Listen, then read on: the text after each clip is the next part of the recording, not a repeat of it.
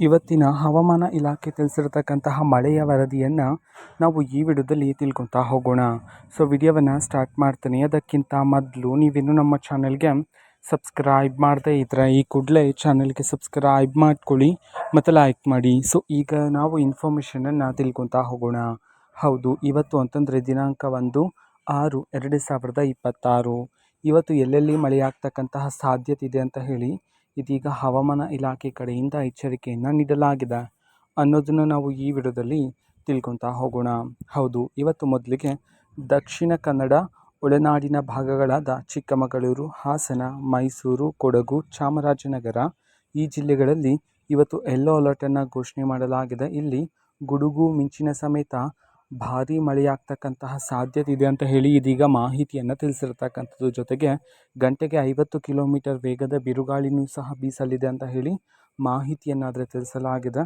So ಜೊತೆಗೆ ಬೆಂಗಳೂರು ನಗರ, ಬೆಂಗಳೂರು ಗ್ರಾಮಾಂತರ ಮತ್ತು ರಾಮನಗರ ಜಿಲ್ಲೆಗಳಲ್ಲಿ ಗುಡುಗು ಸಮೇತ ಭಾರೀ ಮಳೆಯಾಗ್ತಕ್ಕಂತಹ ಸಾಧ್ಯತೆಗಳಿವೆ ಅಂತ ಹೇಳಿ ಇದೀಗ ಹವಾಮಾನ ಇಲಾಖೆ ಕಡೆಯಿಂದ ಎಚ್ಚರಿಕೆಯನ್ನು ನೀಡಲಾಗಿದೆ.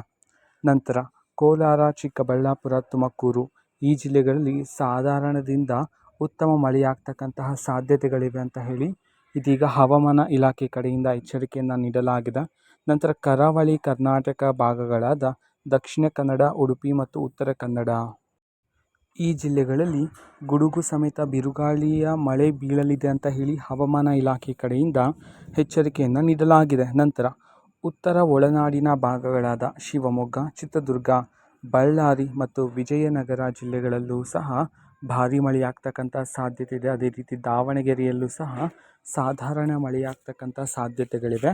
ನಂತರ ಉತ್ತರ ಕರ್ನಾಟಕ ಭಾಗಗಳಾದ ಜಿಲ್ಲೆಗಳಲ್ಲಿ ಮಳೆ ಮುಂದುವರಿಯಲಿದೆ ಅಂತ ಹೇಳಿ ಈಗ ಹವಾಮಾನ ಇಲಾಖೆ ಕಡೆಯಿಂದ ಮಾಹಿತಿಯನ್ನು ತಿಳಿಸಲಾಗಿದೆ. ಓಕೆನಾ. ಸೊ ಇವತ್ತಿನ ಒಂದು ವಿಡಿಯೋ ಇದೆ. ಈ ರೀತಿ ಇನ್ನು ಹಲವಾರು ಯೋಜನೆಗಳಿಗೆ ಸಂಬಂಧಪಟ್ಟಂತೆ ಮಾಹಿತಿ ಬಂದ ನಂತರ ಆದಷ್ಟು ಬೇಗ ನಾನು ನಿಮಗೆ ಇನ್ಫಾರ್ಮೇಷನನ್ನು ತಿಳಿಸ್ತೀನಿ.